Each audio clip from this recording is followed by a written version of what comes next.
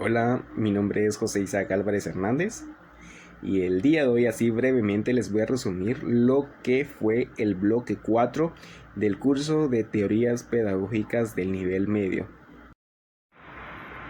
Bueno, en el primer tema está lo que son los objetivos, la Ley de Educación Nacional, Decreto Legislativo 1291. El fin de esto es analizar profundamente lo que es el decreto legislativo para saber si cumple o no con las reglas establecidas. Bueno, en el capítulo 1 y 2 de dicho decreto legislativo están los principios y fines de la educación en Guatemala. Esto es el conjunto de lineamientos y bases y objetivos legales para ofrecer una educación integral y sistemática. En los artículos del 8 al 16 hace referencia de que el Mineduc es la institución responsable de la educación en Guatemala. Por lo tanto, corresponde a coordinar, planificar y poner en marcha las políticas educativas en Guatemala. Y así sucesivamente, en varios capítulos habla acerca de que los centros educativos, tanto públicos como privados por cooperativa, se rigen bajo el Estado. En los capítulos 8 y 9 habla acerca de los subsistemas en la educación en Guatemala, partiendo de lo que es la educación inicial, seguidamente de párvulos, primaria, básico, diversificado y así sucesivamente hasta llegar a la universidad. Aquí dice que entre las obligaciones del estudiante está en participar, cumplir, respetar con los requisitos que rigen los centros educativos. Nunca hay que olvidar que cada centro educativo tiene sus propios requisitos o, por así llamarle, reglamentos, ¿verdad? También la obligación de los padres de familia es orientar, brindar apoyo emocional, moral y económico. Por lo tanto, así velar por una buena educación para sus hijos e hijas. Bueno, en el título 5 está la calidad de educación. En los artículos 66 y 67, aquí más que todo habla acerca de que el Ministerio de Educación es el responsable de garantizar una calidad de educación en centros educativos, tanto públicos como privados. Y que el Ministerio de Educación debe de capacitar a su personal para ofrecer una educación de calidad. Bueno, en primer lugar, el Ministerio de Educación sí capacita a los maestros y los mandan en capacitaciones. Que el docente no quiera seguir las instrucciones o de la manera en que lo capacitaron es otra cosa. De igual manera, como se encuentran los centros educativos, se encuentran en mal estado. Así que aquí se queda corto lo que es el Ministerio de Educación, porque hay escuelas que se están cayendo por pedazos.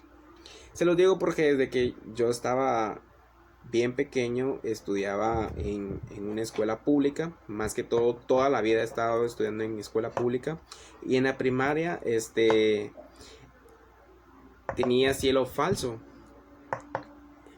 y créanme de que se vivía cayendo el cielo falso, y a veces en plena clase se caían los pedazos de cielo falso, arriesgándonos a que nos cayeran encima y así provocar accidentes, ¿verdad? Son cosas que el Ministerio de Educación no mira, porque tiene también a lo que es los supervisores de adorno, ¿eh? Porque yo creo que no están ni velando por el bienestar de cada institución.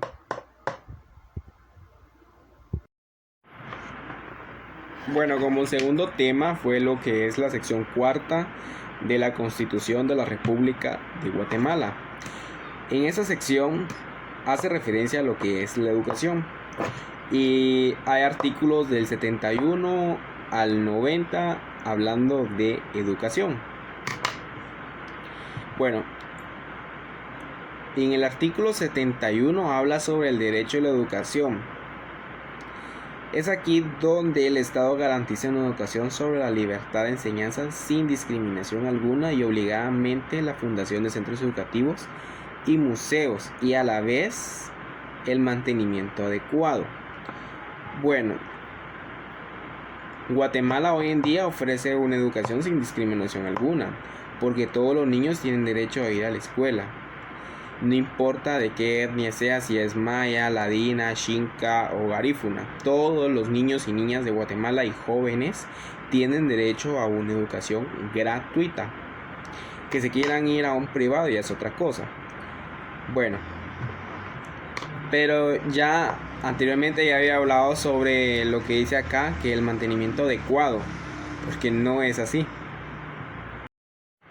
Así rápidamente voy a hablar acerca sobre esos artículos porque la verdad que sí es muy extenso el tema y muy poco tiempo. En el artículo 73 habla de la libertad de educación y asistencia económica estatal. Aquí claramente se detalla que la primera educación se da en la familia. Son los padres de familia quienes escogen la mejor educación para sus hijos e hijas, mientras que el Estado aprobará los centros educativos públicos, privados, siempre y cuando llenen los planes y programas oficiales de estudio. Tienen razón en este artículo porque los padres de familias son quienes deciden la educación de sus hijos si lo quieren poner en una escuela pública o privada. En el artículo 74 habla sobre la educación obligatoria. Todo guatemalteco y guatemalteca tiene derecho y obligación a una educación gratuita. Es lo que ya había hablado, que todos tenemos derecho a una educación gratuita.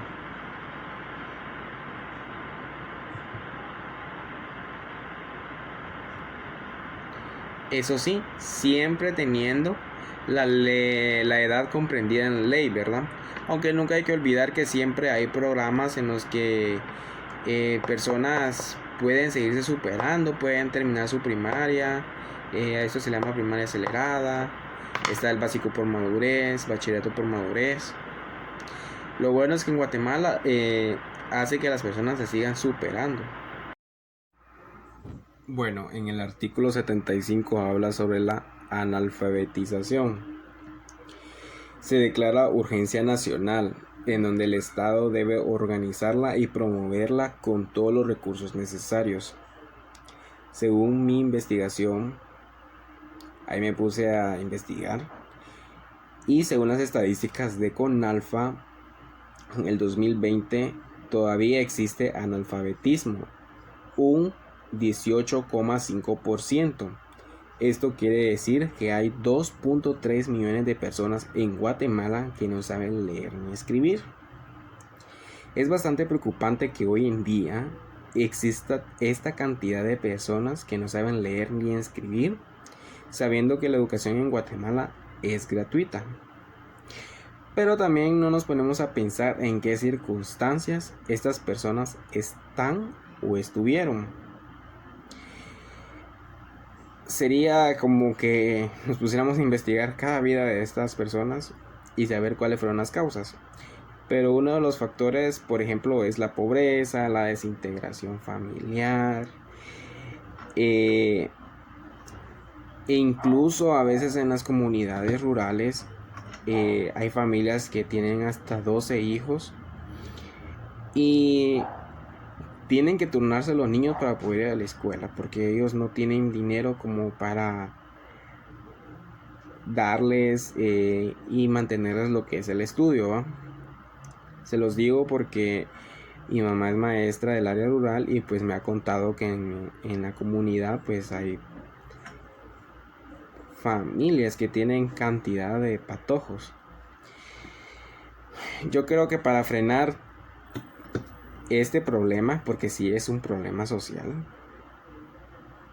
es que el gobierno también se ponga la mano en la conciencia y ponga en obligación que el centro de salud inyecta a todas las comunidades rurales, ofrecerles una mejor educación sexual también, porque más que todo esto a la larga llama más pobreza y sobrepoblación en las escuelas, y a veces también no se dan abasto los maestros y en sinfín hay un pijazo de problemas. El tema número 3 fue sobre la cobertura actual de la educación media tendencias y limitaciones. La tasa neta de cobertura es una estimación de cuánta población en las edades normativas o ideales para asistir a educación básica y media superior. Esto quiere decir que es como una estadística que hace el Ministerio de Educación para saber cuántas personas tienen el nivel ideal para poder asistir a lo que es el básico, a lo que es carrera y lo que es la universidad. Sirve como indicador para mostrar el déficit de demanda que existe en el sistema educativo en el país. Es decir, que parte de la población del país se encuentra fuera del sistema educativo o no tiene acceso al mismo. Y eso que hay comunidades en las que a los niños les queda demasiado lejos poder ir a la escuela y los padres no los mandan y prefieren que vayan a jalar leña o a cortar café según la actividad económica de la comunidad. Dentro de ese tema se encuentra lo que es la reforma educativa. Eso es uno de los hechos más importantes a finales del siglo XX en la vida política, educativa y cultural de muchos países de Latinoamérica. Es el resultado de un proceso generado por los profundos cambios políticos, económicos, sociales, religiosos, científicos, entre otros. Se conocen como tendencias de reforma a nivel internacional. Esos cambios fueron el resultado de una presión social creciente que reveló el malestar de diversos grupos sociales a nivel nacional y local. En la historia de Guatemala, el presidente que hizo más reformas sobre la educación fue en el gobierno de Justo Rufino Barrios y Miguel García Granados. Pues ya conocemos lo que fueron las reformas educativas en ese entonces, en donde la educación se convirtió en laica y gratuita. Bueno, en el último tema del grupo 4, la participación de la iniciativa privada en la educación media con la fundación y apertura de centros educativos fue el tema. Bueno, en el artículo 23 se establece que los centros educativos privados que ofrecen servicios educativos siempre deben de estar bajo los reglamentos y disposiciones aprobadas por el Ministerio de Educación. Todos los centros educativos privados están bajo el régimen del Estado. El 1 de marzo de 1832, el doctor Mariano Gálvez emitió el decreto en las bases para el arreglo general de la instrucción pública. Es ahí donde se ponen los cimientos del primer sistema educativo que registró la historia de la educación. Es ahí donde él pone que la educación es gratuita, pública y debe ser uniforme. Me imagino que cuando habla de uniforme es que es parejo, parejo.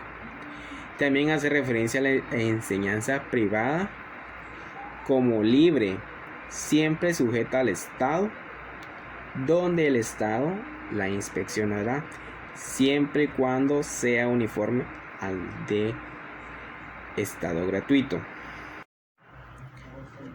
Bueno, para concluir este tema, se dice que la mayoría de colegios fundados fueron hace 100 años. Esos eran de carácter religioso, y es que a pesar de que en ese entonces existían escuelas que ofrecían una educación gratuita y laica, y aún así se atrevieron a fundar colegios privados, esto con ideologías religiosas, ¿verdad? Uno de los colegios más antiguos en Guatemala es el Colegio San José de los Infantes, fundado en 1781.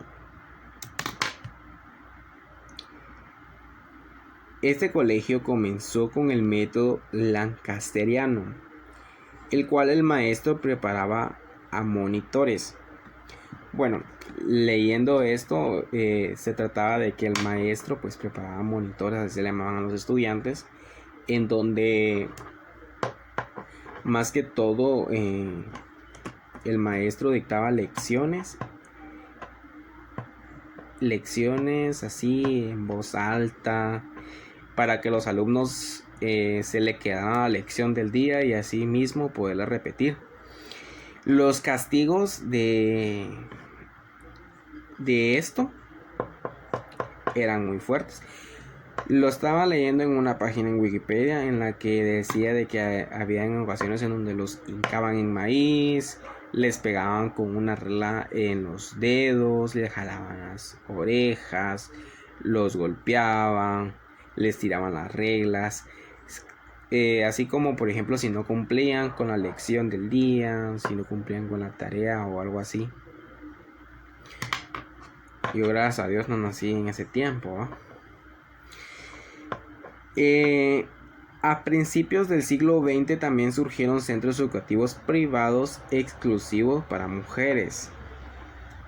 En 1906 se fundó el Colegio de la Concepción, conocido desde 1923 como Sagrado Corazón. Así como un breve análisis de esto es que quiere decir de que la fundación y la apertura de los colegios siempre son como religiosos.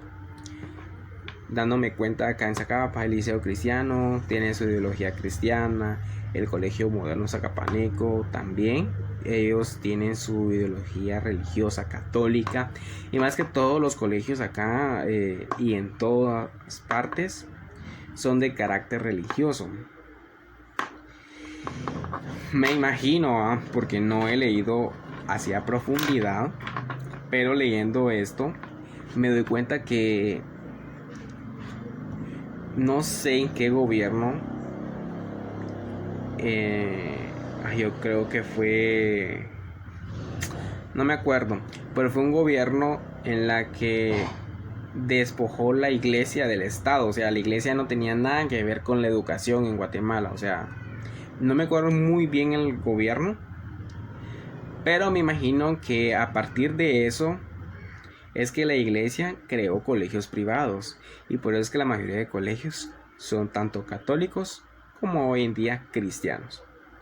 Y así es el resumen de lo que es el bloque 4 del curso. Gracias.